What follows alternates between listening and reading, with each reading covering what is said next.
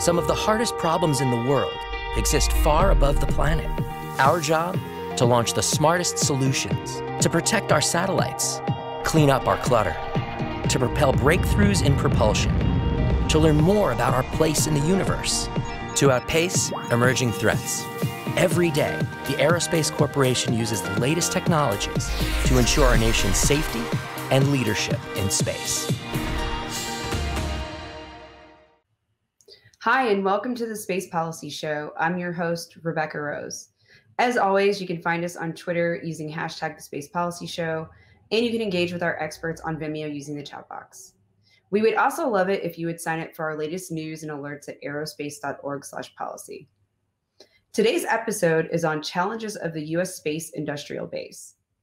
Aerospace's Dave Eccles will talk with a well-rounded panel of guests from defense, civil, and commercial space about what's needed to help secure industrial supply chains for space and why it's critical to the future of the U.S. space enterprise. Aerospace's Dave Eccles is Deputy Director of the Center for Space Policy and Strategy and General Manager of the National Space Systems Engineering Division, where he leads the corporation's technical support and analysis for the Pentagon. Brad Clevenger is President and CEO of SolAero Technologies Corporation, a leading manufacturer of radiation-hard solar cells and solar panels used in space. Brian Gabriel is Space Sector Lead in the Office of Industrial Policy with the Office of the Undersecretary of Defense for Acquisition and Sustainment. And NASA's Jonny Pellish is the agency's Electronic Parts Manager, which includes oversight and leadership of all the EEE parts related to capabilities and service contracts. Welcome, everyone, and over to Dave to get us started. Thanks a lot, Rebecca, for that set of introductions. And I'd like to myself welcome our guests today. This is going to be a fun conversation about a very important topic, which is our U.S. space industrial base. And if you think about what's happened recently, there's been just all kinds of changes, not only organizationally within the U.S. government infrastructure for space, and not just a change in administration. But also, if you think about what's happening worldwide with the technologies and what's happening worldwide with the space business. Spacecraft are getting smaller, with a few exceptions. The technologies that we're using in order to do things in space are becoming miniaturized. The parts that people are using, the components, are sometimes becoming very common. And we still have a need for specialized ones, but there's a lot of change that's occurring in the industry. People are experimenting, they're trying different things. The launch business is moving to a situation where the amount of money you have to spend to get a kilogram on orbit is going down. And of course, there's the continuing environment of the ITAR and EAR regulations. Those have been changed a little bit, but there's still a lot of interesting, if you will, complications that can sometimes come from those regulations. These are all areas that I hope that we'll have a chance to get into today. But I'd like to start out by giving each of our distinguished guests an opportunity to say a few words. We'll start with Brian Gabriel, and then we'll go to Jonny Pellish, and then Brad Clevenger.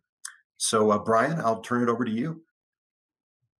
Thank you, and thank you so much for having me here today. So I just have a few comments, very initial comments on this. So I think the big thrusting area that we're looking at in my office, industrial policy right now, is America's supply chain executive order. Again, looking at what our supply chains look like for the defense industrial base, including the space industrial base. Again, looking at things like how many foreign suppliers we have right now, what is the health of our domestic industrial base, what are the challenges that our industry is facing. So we're about 75 days in on this executive order right now. And it's a one-year assessment, and we'll be looking at a variety of variables. And we'll also have a federal notice, register notice posting where our industry will be encouraged to submit the challenges they look at, and as well as opportunities that they think the government should look at. Go ahead, Jonny. Thank you very much for the opportunity to speak with you today. I think it's an exciting time to be involved in the space community at NASA, but I also think there are a number of important industrial base issues facing our human exploration and operations, science, and space technology mission directorates along the lines of some of the themes that have already been introduced.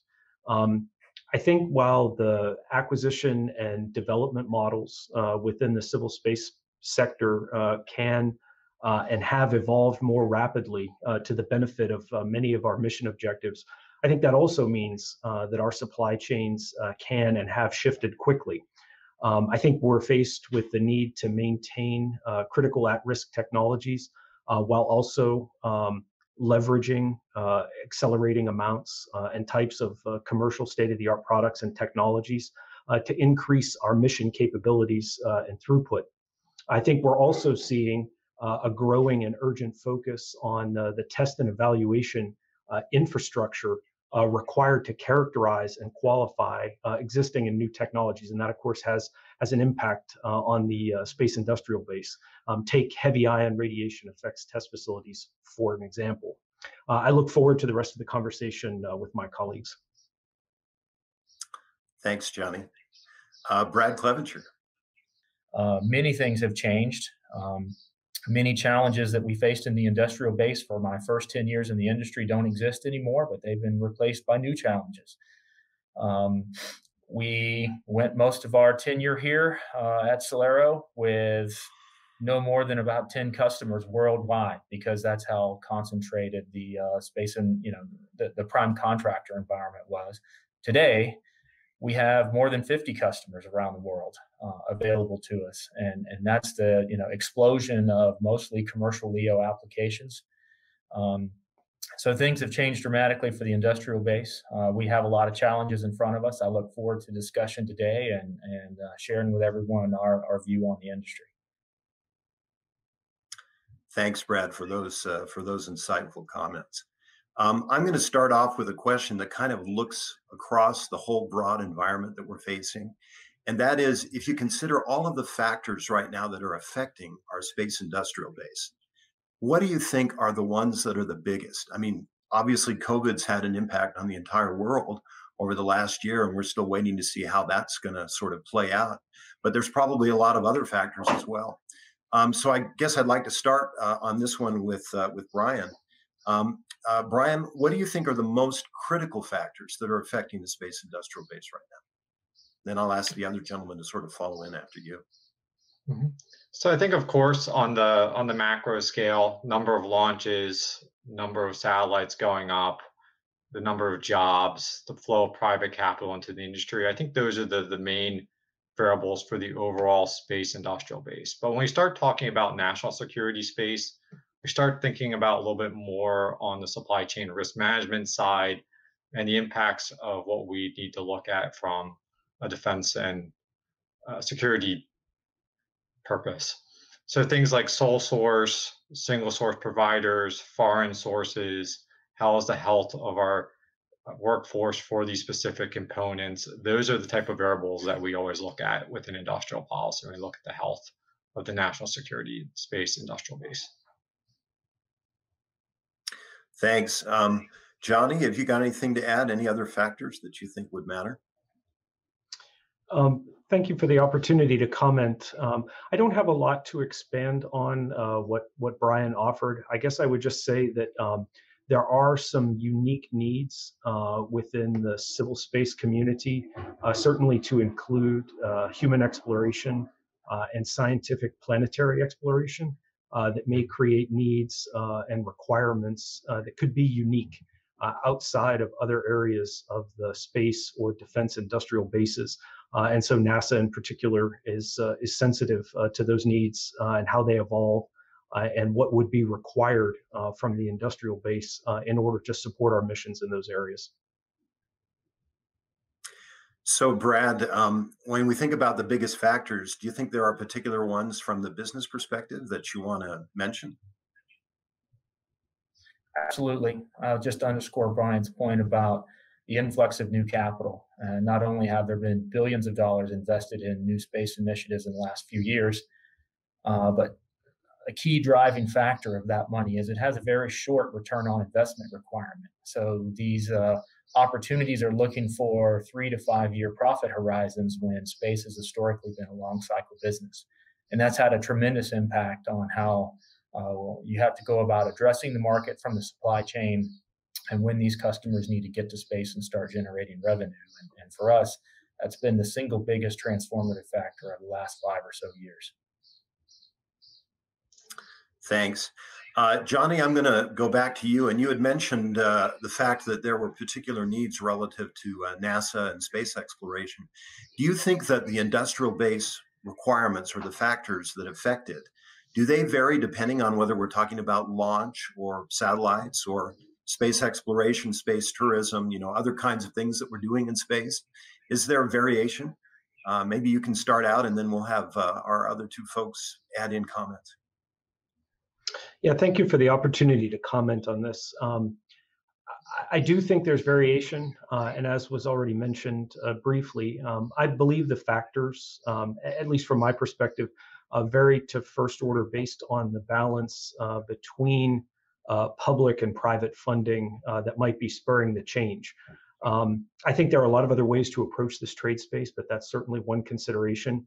I think we can ask ourselves whether those investments, depending on where they're coming from, are sustaining traditional parts of the U.S. space industrial base. They might be creating new sources, or in some cases, they might be repurposing commercial technologies. I think we've already seen a lot of growth in launch and telecom and remote sensing because of new markets that didn't exist even just a few years ago, where they were very nascent. I think the more cost-effective launch and advanced payload containerization have had a lot of downstream impacts that have created sort of knock-on effects.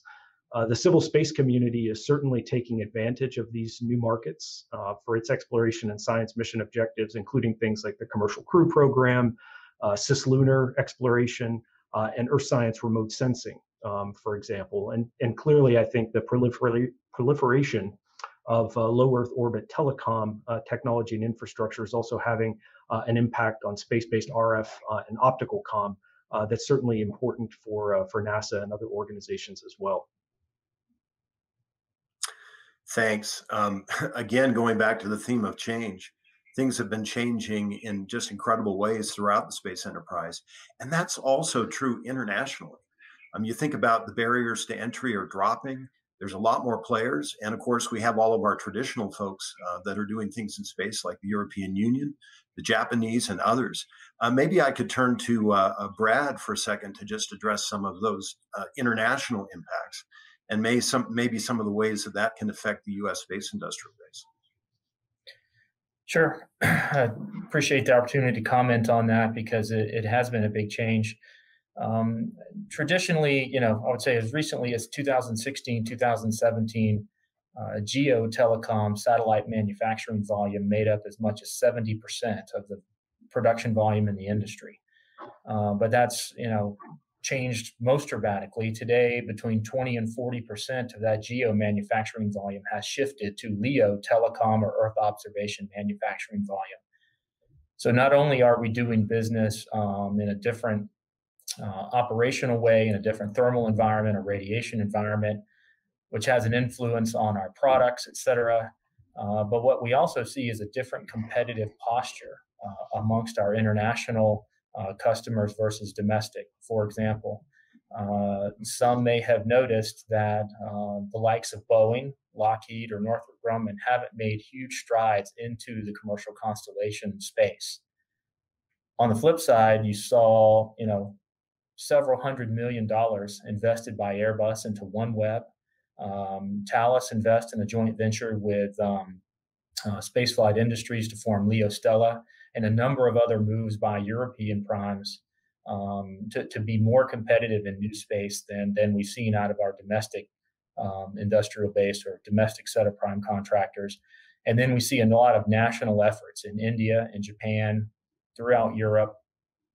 Just a lot more activity there where both governments and prime contractors are involved. So today, if you want to be a manufacturer of the scale that maybe you were 5 years ago when you could rely on that geo telecom volume, that the geo awards generally got spread around the industry amongst prime contractors, you got to be much better poised to compete internationally today than you did then, because it's not clear that Boeing or Lockheed, you might say, are going to win their fair share. Instead, in LEO, there's a large block buy. It's not just one geo satellite. It could be 200, 300 satellites in 2 or 3 years of manufacturing. Could be coming from a foreign government. or a European prime contractor, and you got to be poised to go get that in a place that it's traditionally difficult to compete. So we have a bunch bigger international presence today than we did just 5 years ago to try to make sure we keep up with the growth of commercial LEO around the world. Let me that you've really laid out the sort of the challenges that we're facing, not only domestically but internationally, and also sort of the dichotomy between prime contractors and suppliers that are providing key components. Those are all factors in the equation. Brian, maybe I can ask you to follow up a little bit on this. As you look across the space industrial base, do you think that, I mean, and I can ask all of you this question, is the U.S. or are our space businesses still preeminent? Or are we, starting to lose our place a little bit? Are there factors there that we should be considering as we try to maintain the health of our industrial base?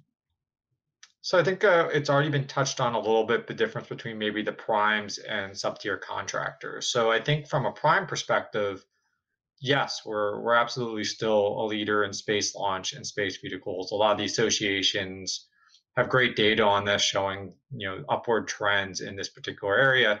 I think there's other data, though, a little bit behind that needs a little bit further attention. And one thing that's actually been helpful, Department of Commerce has started to really break out statistics on the space industrial base a little bit more detail. They posted some of these late last year or early this year. There's some disconcerting trends in flatness in overall U.S. manufacturing. So I think that's something we'll be looking at closer within the Department of Defense as well as our other federal agencies, and to actually try to figure out what's going on at the sub-tier level and see if the kind of the trickle down benefits are flowing down to everywhere we need them within the industrial base. So again, I think there's a lot of great trends in the space sector, but then there's certain things that do need a little bit more attention. Yeah, thanks for that perspective. I'd like to offer Jonny and Brad an opportunity to comment on that. Jonny, any thoughts that you would amplify what Brian said? I don't think I would add too much to what Brian said. I think I certainly agree with his perspective.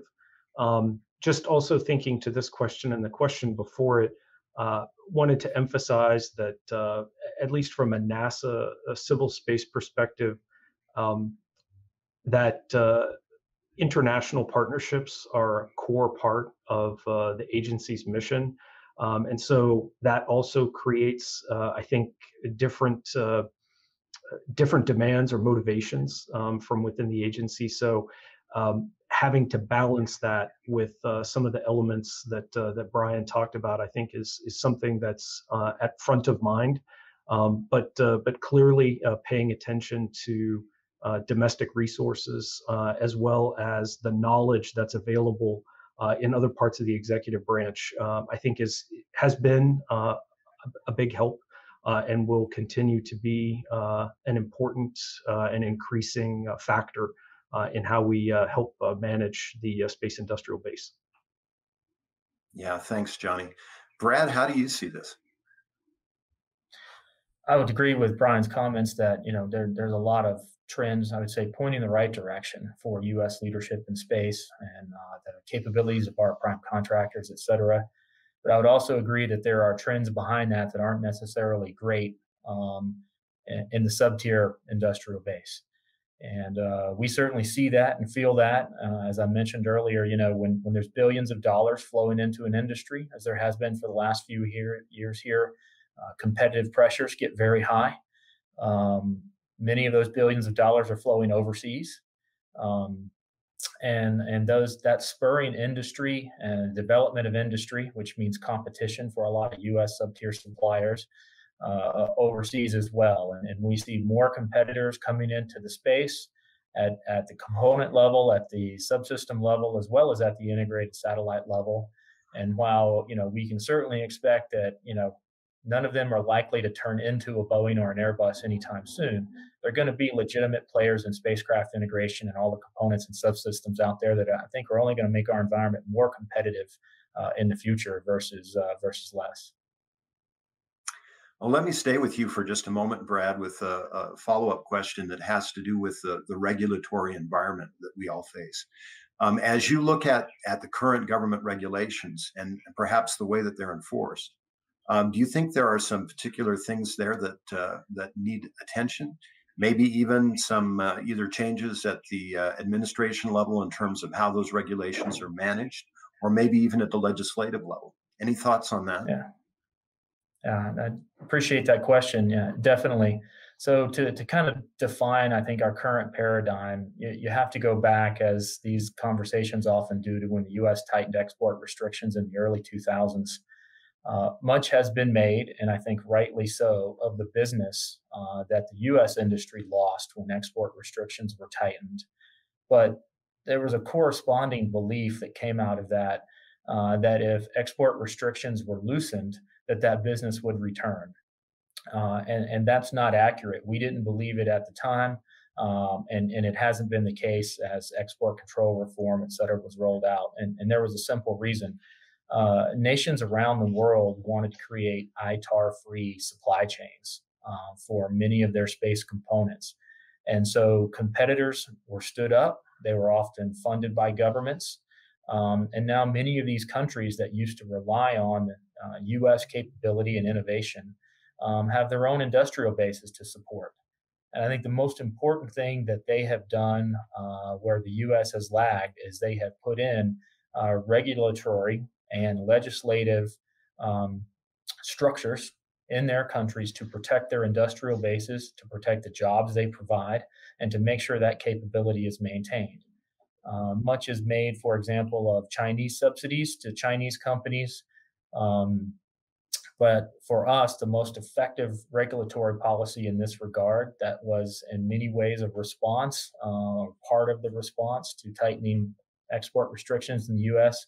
was the European geographic return policy. I mean, it effectively closes the European market to foreign competition for any national or government program within the EU. And so they recognize the value of their suppliers, that they have a fragile industrial base, that it supports many jobs, and that they have to keep some business domestic in order to do that. But that closed market effectively serves as a subsidy for many of those suppliers, which allows them to be more competitive internationally. We don't have a counter-regulatory policy, anything like that policy. So what that means is that there's a closed, often closed, European market and an ability for those suppliers to come to the United States and compete with our industrial base.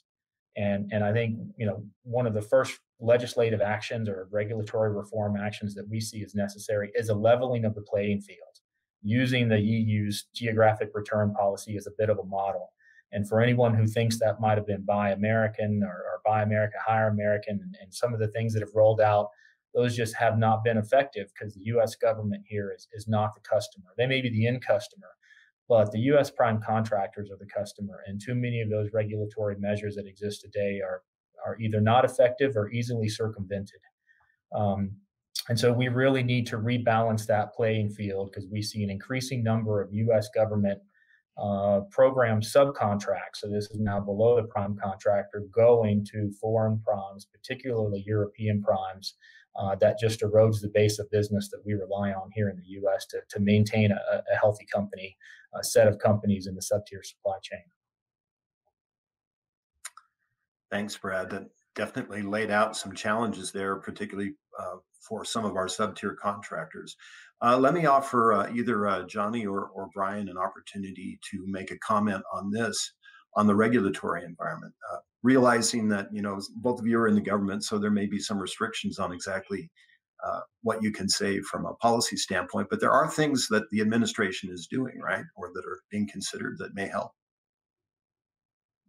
Yes, I'd like to jump in. So it's absolutely something that's being looked at again. And all of these regulations, it's always it's a matter of trying to optimize and constant improvement in it. So it is a thrust area right now, looking at there is a new Made in America director at the White House. And there's things that are being looked at here a little bit more is, what is the economic impact for some of these sub-tier components and looking at it from a little bit more holistic purview rather than some of the traditional approaches to these policies. So again, trying to maximize the impact of these regulations and trying to squeeze every single benefit you can out of the policies, make adjustments to waiver policies, and really get these policies to work where they need to in some of these critical sub-tier components.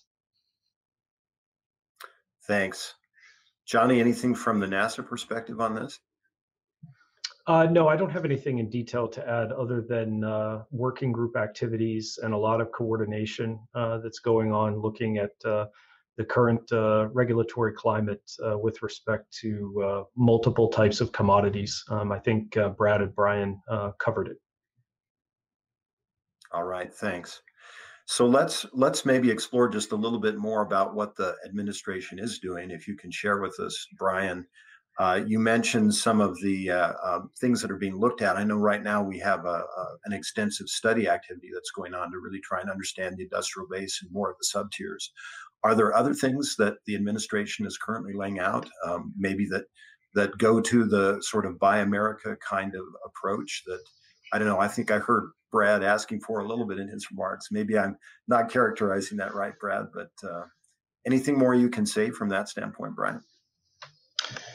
Just a little bit more. So there is the points I just made. It is related to an executive order that came out earlier this year. So, and again, it's just trying to look at what's going on with the waiver processes now.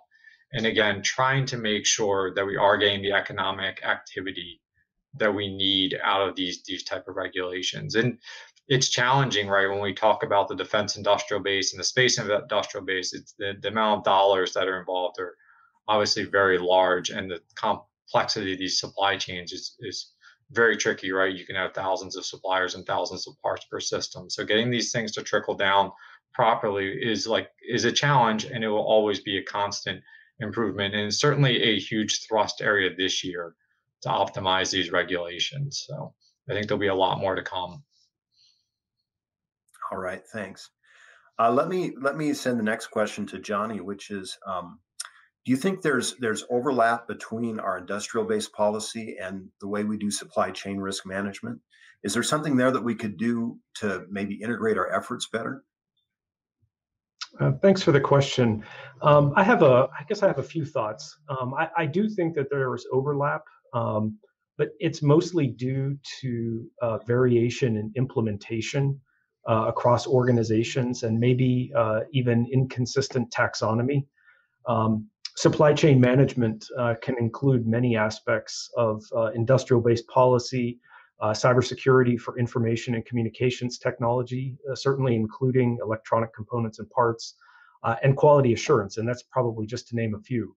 I think, as we were just discussing, the proliferation of statutes, regulations, and administrative controls has made it in some respects difficult to keep up with the leading edges of all those policy areas, given the specialized knowledge that each one of them kind of breeds and builds up.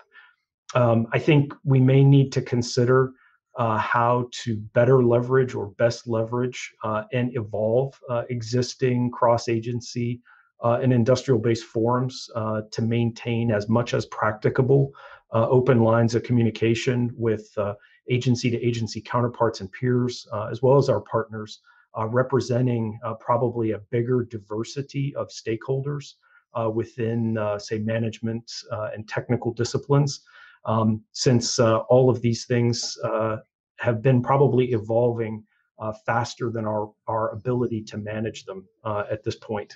So I think those are just a few of the things to consider. Again, from kind of a high level, I think there are probably some details that we could dive into if there are follow-up questions. So it sounds like sometimes our regulations and our policies don't keep up with the changes that are occurring. Any thoughts from Brian or Brad on sort of that dichotomy between industrial base and supply chain risk management?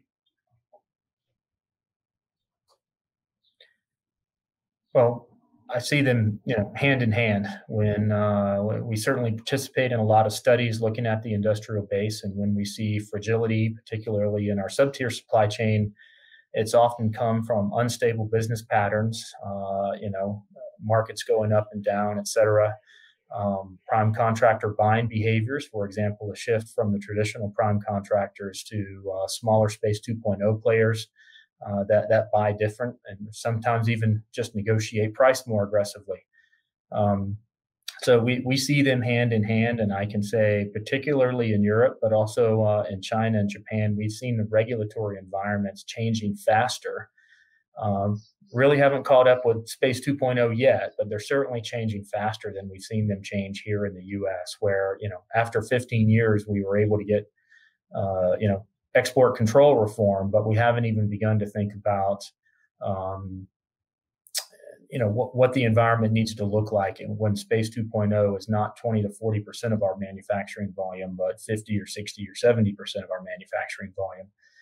And so I very much appreciate, what Brian and the rest of the team that we see at Aerospace and SMC and many other places are doing to keep looking at this problem and keep pushing us forward. We're certainly behind, I think, in synergizing the regulatory environment with the pace of the industry. A thought just comes to me that, and I noticed an article about our pipeline. I guess it's a pipeline company on the East Coast that was affected by a ransomware attack. And it really made me think about, are we doing the right kinds of things to make sure that our space industrial base, not only that it's considered to be vital, critical infrastructure, but also that we're doing the right kinds of things to protect it. Is that something that any of you would like to comment on? I can comment because we see that there are a number of new initiatives to drive the sub-tier supply chain to improve things, particularly in the cybersecurity area. We've seen a number of things flow down, new requirements, new programs, and that some of those are slowly becoming, you might say, contractual requirements or ticket to entry. So I think there is what we see as a robust initiative to improve in those areas. I think the piece that's missing is when you come out of a prime contractor down into the sub-tier supply chain, you have some large companies, multi-billion-dollar companies, but still sub-tier. You have some medium-sized companies like SolAero, we're about a $80 to $100 million company, but you have thousands of companies that are sub $20, $30 million. And it's very, very challenging to roll down to them robust cybersecurity requirements and expect them to be able to afford the physical infrastructure and the number of people, et cetera, required to really secure it. So if there's one place I would say we're lagging a bit from what we otherwise see as a great deal of positive change in terms of, here are the ways that we need to secure our networks and our information, et cetera. It's just the supply chain's wherewithal to make the investments needed to do that effectively on a reasonable timescale. And to the extent we see some prime contractors disqualifying sub-tier suppliers for their inability to meet these requirements, we're simply going to result in putting some of those companies out of business or causing them to move away from the space business to avoid the additional regulations that will come along with doing business in this industry securely. So there's positive things happening, but definitely some challenges being created from it as a result. Other thoughts? This is Jonny. I would agree with Brad's assessment. I think just in terms of the time that I spend interfacing with various organizations in the industrial base, specifically with respect to cybersecurity or information and communications technology, supply chain risk management. In some ways, depending on the type of the company, it's a relatively straightforward approach in terms of information requested versus information available to make a properly informed risk-based decision. But in other cases, it can be very difficult, as Brad was saying, just because the resources or the infrastructure isn't there. So figuring out ways to move forward in a positive fashion to close those gaps wherever they appear in ways that are practical based on available resources, I think will be one of the challenges. going forward in order to get us from a place where we are more reactive to a place where we're more proactive, and we can be a little bit more strategic in how we conduct risk management. Thanks. You know, another big trend that we're seeing is this idea of providing space capabilities as a service. Does that change, you know, the change from large government customers, you know, sort of acquiring bespoke systems to something that's more of going out and, you know, purchasing a service, whether that's a launch service or delivering a satellite in orbit, whatever it may be. Does that change have effects on the industrial base? And I guess maybe that'd be a good question for you, Brian, to start with. So it absolutely changes the industrial base overall, but it doesn't change the requirements of the government for understanding our industrial base and understanding, you know, where our parts are coming from and who our suppliers are. I think it just changes the dynamic between how the government and prime industry must work together and has to figure out how to work together going forward. I think Space Force and the other agencies working with SpaceX, including NASA, have really kind of done a lot of the charting in this area and forming those relationships. I still think you see a lot of government engineering involvement throughout the supply chain and understanding these service contracts. It's going to continue, and this trend overall and the innovation it brings, certainly a good thing, but it doesn't change what we need to do to understand the industrial base. And we still, at the end of the day, for national security space systems, you still need to be able to have those capabilities when you require them during both peacetime and during national emergency scenarios. So again, you still require a healthy industrial base, even if it's a service-based contract. Does it look any different from the industry side? Brad, I don't know if you have a comment or. I would say it doesn't look different. It just it's been part of the transformation that, you know, particularly the new influx of venture capital and speculative money has caused. Is, you use a company like Planet as an example. They're doing Earth observation and they're turning that into a product. It's a service that they're offering. But what they also decided to do is build their own satellites to have that capability. And you can look at Leo Stella and Black Sky and more. You could fill up 30 minutes with examples of folks that didn't just decide to offer the service, but they decided to build their own satellites in order to offer the service. And they did that in many ways, or for many reasons, but I think particularly for cost, because they knew to go get that capability from a traditional prime contractor was going to be prohibitive. And what they've done then is set themselves up as a prime contractor and enabled an entire industry of components and subsystems to come alive to service that. And I think that's, again, because they were funded heavily, billions of dollars of new money. They could go stand that up as a vertically integrated shop to get to their service, and really they treat the satellite as a means to an end. Where sometimes we figure, we kind of feel like the satellite is the end, right? We're here to build a satellite. It's only a means to an end. But when you work with some of these Space 2.0 companies, it's clear that the satellite is a means to an end and that their product is going to be information and data. And that's been a huge driving force of the last 5 years and changing our whole landscape and how we have to look at going out and competing and winning business.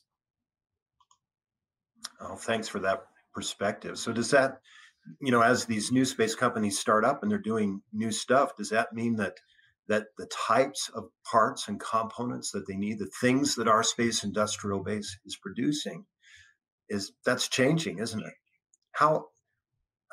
Is that changing in a way that's going to prevent the government from getting other technologies that they need? For example, I know that we've spent a lot of money on Title III money and perhaps even some of the stimulus money that came out last year on trying to bolster elements of the space industrial base.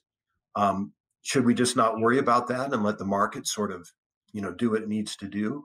Or is there still a role for the government to play in trying to sponsor technologies, foster them forward, and try to transition them to the private sector? I guess I put a lot into that question, but Jonny, have you got some thoughts about that? I mean, we'll start with you and maybe Brian and see what you all think. Yeah, I think, thank you for the question. I guess I want to blend my response a little bit, looking back to the last question and then going forward to this question. I think that the kind of the role, thinking about services, for instance, has changed the way that we operate, we NASA operate as an agency, and we sort of see roles evolving internally from kind of we're either building something in-house or we're doing sort of traditional oversight on an acquisition, to now we are doing a lot more insight and collaboration, which in some cases can be a pretty big shift. But thinking about those government-driven investments, whether they're Title III or CARES Act funds, or maybe from other sources as well, I think there is certainly a role for those investments. I don't know, me personally, I don't know that we're ready to go entirely to a free market approach for the reasons I think that have already been stated. I think there are a growing number of opportunities in space, and that there's a lot of compound leverage to be had for those investments, whether it's the government making them or someone else.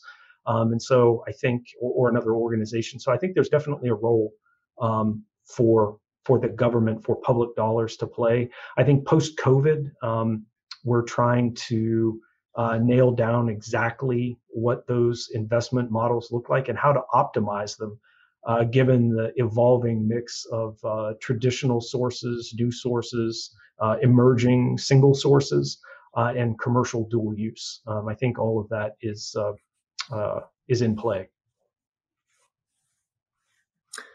Thanks. Other thoughts from Brian or Brad on that one? Yeah, so a lot into that question for sure, and thanks for asking it. So first thing, right? Department of Defense and Defense Production Act, we're not here to compete against private industry, right? We're going to separate that role of government versus the role of private equity. But we will protect and we will promote the technologies that Department of Defense needs that the private industry isn't providing. And a lot of times it's a partnership between private industry and government, right? Where we just actually do a cost share or put some money in, and then the private equity or private investment will flow in and get us the technology we need. So I think there will continue to always be a need for the government to protect and promote the critical technologies that we need that the market isn't delivering, or at least to incentivize the market to deliver those protection. But again, we're not here to compete with that private market, but it's again, mostly we're leveraging those things for national security purposes for the technologies that we need require for Department of Defense. And I would agree with absolutely. I would agree with both of our other guests here. We see the U.S. government as the technology driver, and we've talked a lot so far here about the dynamics of the last several years in particular, but that's one thing that hasn't changed. And these funds, starting from so-called 2-3 money, right? This low technology readiness level dollars through Mantech, through Title III, is still a vital part of us being able to bring new technologies to market, and many of which are the world's most advanced technologies of their kind, and enable national security and civil space in the U.S. That hasn't changed at all. Much of what I've spoken about with Space 2.0 and new investment in space has really come, you might say, latched onto that and then tried to drive those toward commoditization. In other words, manufacture a lot of them at high yield at very low cost. And to the extent that manufacturing volume remains, I think there's parts of the supply chain that'll be more stable in the new environment than perhaps they were before, when government was much more relied upon for manufacturing volume. But I don't see anything changing about who's going to be the technology driver here. It's the U.S. government, and I think it will continue to be. And as a result of that, we'll continue to rely on these programs to bring those advanced technologies into products. What about the transition issue? We definitely all sorts of advanced technologies that are being moved forward by many different programs within the U.S. government, and I'm sure within private industry, there's research that's going on as well, and often in concert. But how are we actually working to transition these capabilities, these new technologies, so that we can get the primes to use them, so that we can get maybe some of the foreign entities and others to use them appropriately, and also the new space businesses that are starting up. Um, do we have, are we doing the right things to transition the technology, or is there more that we can do? And I guess, Brad, I'd like to start with you again on this one, and then go to Brian and Jonny and see what they think. Sure. So, one topic that was mentioned on the prior question was dual use, and all of our products are dual use. So even when government's leading the way, we're cost sharing the majority of our R&D funds, because we have a stake in the game as the supplier, the manufacturer, and we know there's going to be commercial dual use for these. So there's a payoff for us to make that co-investment with government. And take those to the commercial market, not just to the government market, to get them adopted widely. I think there's a couple of challenges there. One, we talked about the international environment and how some of the markets are closed, and not having reciprocal protections here in the U.S. That's a place where we need to see some of the U.S. Regulatory environment, I think, catch up to safeguard the technology leadership that the U.S. government is paying for. I also think we can do a better job of advertising. I'm involved in this, and I know it takes place, but oftentimes not to the degree I think it could, where the U.S. government can, bring with a program its portfolio of technology to say, this is what we bring to the table. I think the government has to be careful about doing that. It's not trying to make decisions on behalf of a prime contractor that it's hired to build a satellite, but oftentimes we see technologies that the government has paid to develop left behind when it gets into the hands of the prime contractor. And so the government being careful not to make decisions on behalf of the prime, I think it's also important for them to push the technology leadership that they've created with their development, toward the primes. And of course, the Space 2.0 players make that much more difficult. It's one thing to say, I'll push it toward Northrop or Boeing, Loral or Lockheed, but to say I'm going to push it to 25 smaller companies is even tougher. But there's ways we can do that, and I think doing so would be good for the industrial base. Brian or Jonny?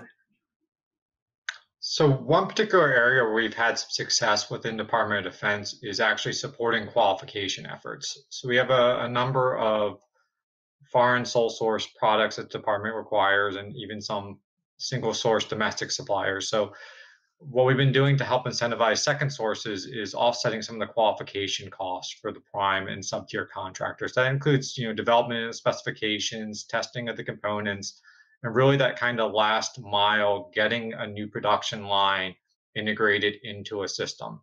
And we're seeing both the benefit for the supplier, right? You have more resilience, you have two suppliers now, and then the department sees the benefit in that in some of these cases, we're getting competition, and we're seeing monopolies kind of get broken up, and we're lowering some of the cost of carbon fibers and other products in these defense systems. So I think the qualification thrust will continue within industrial policy and other parts of Department of Defense as we continue to try to handle some of these sole source and foreign source supply issues that are challenging the department.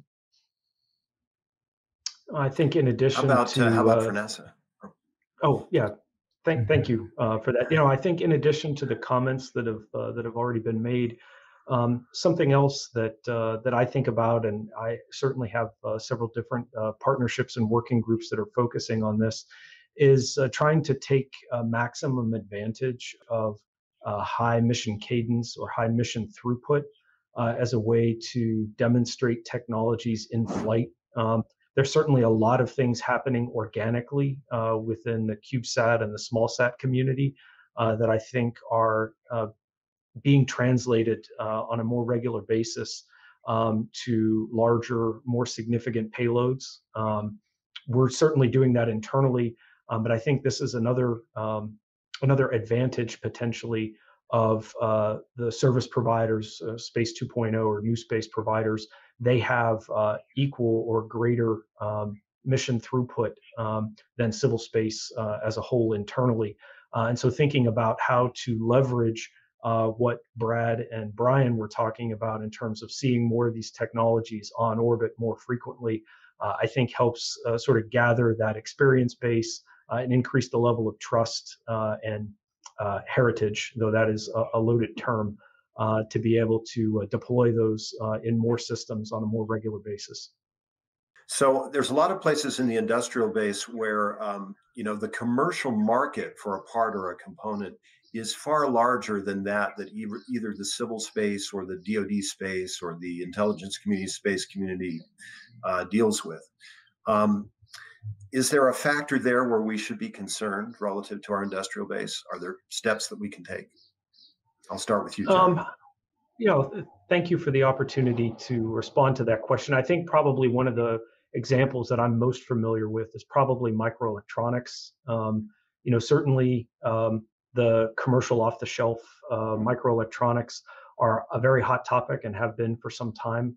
I think there's not necessarily an outright concern as long as we understand that it's a different trade space to take advantage of those technologies, particularly if the U.S. government is in the position where it wants to go out and leverage commercial technologies or intellectual property to derive its own products. That, of course, can run into export control considerations, which we've already kind of discussed from a regulatory perspective.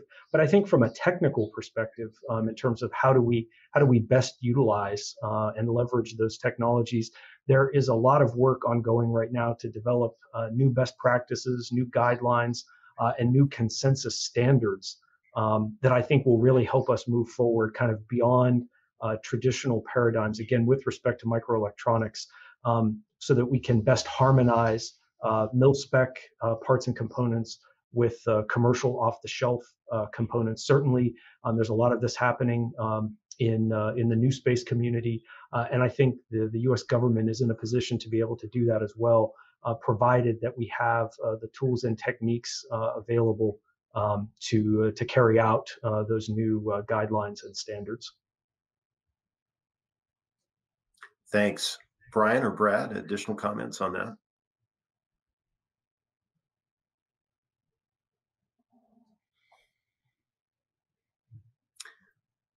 Well, let's go ahead and take a moment, and if each of you, if you have any final things that we may have missed, I've certainly enjoyed the conversation today. Lots of new information for me, and this is always a fascinating topic.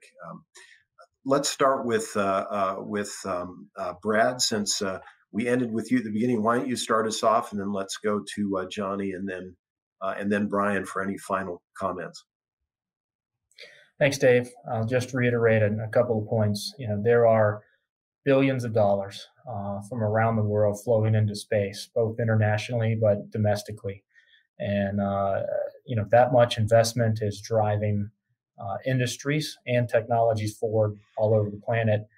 And a key part of that is U.S. having been in the leadership position for a long time means that there's more ground to gain for our international partners and our international adversaries than there is for the U.S. We're pushing against technology limits. They're in many cases trying to catch up with us.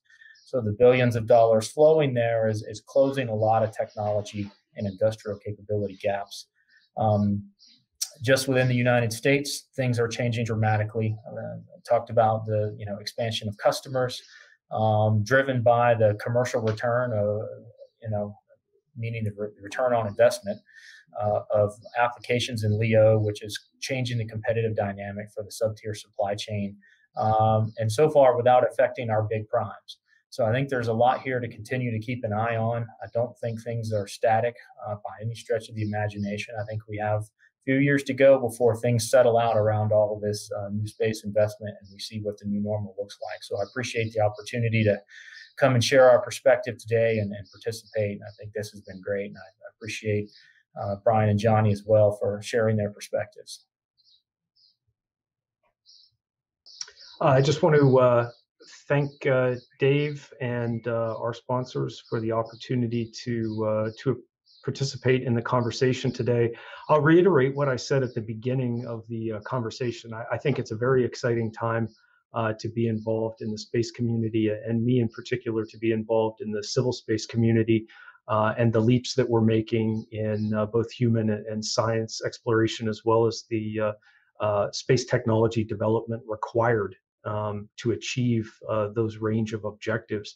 But as I said at the beginning again, and has also been echoed by Brad, I think things are also changing very rapidly, and it is going to be a little bit of time before all of this change begins to settle down in a picture that I think is more stable and broadly understandable. But I hope also that the investment and the desire to innovate doesn't slow down. I think we've derived enormous benefits from it, and we'll continue to do so.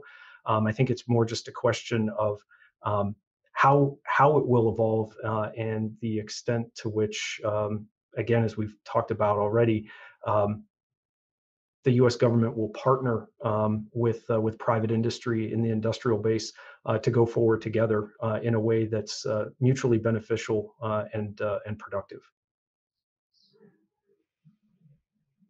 Thanks. Okay, and thank you so much for having me as part of this conversation as well. And I think we've hit a lot of notes here that are critical. So there's private capital and private investment flowing into the space sector, and the number of launches and number of new systems. These are all great trends. I think what our office will be looking at very carefully, right, is making sure that the overall industrial base, including the sub-tier suppliers, remains healthy, and that we're able to get the capabilities that we need for national security space and defense systems going forward. So again, just want to make sure that we're capturing this growth trend, leveraging it to the best advantage for the defense needs, and then also making sure that we, again, having a healthy sub-tier supplier, because the sub-tier suppliers, they really are kind of the blood that drives the defense industrial base. Thanks, all of you, for a great conversation today. And I'll turn it back over to our host, Rebecca. A big thank you to Dave and our other special guests for that discussion. Be sure to check out this episode's podcast or any of our other shows on the business of space. And thanks to our production team, Colleen Stover, James Liggins, and Jordan Bingham. As always, check us out on Twitter using #TheSpacePolicyShow, and sign up for our latest news and alerts at aerospace.org/policy. Be sure to check out our other podcasts and share your favorite episodes with your coworkers and friends. Tune in next week for episode 61, New START Extension, when we talk to experts Rose Gottenmuller and Mick Gleason about the recent extension of the New START Treaty. And until then, take care.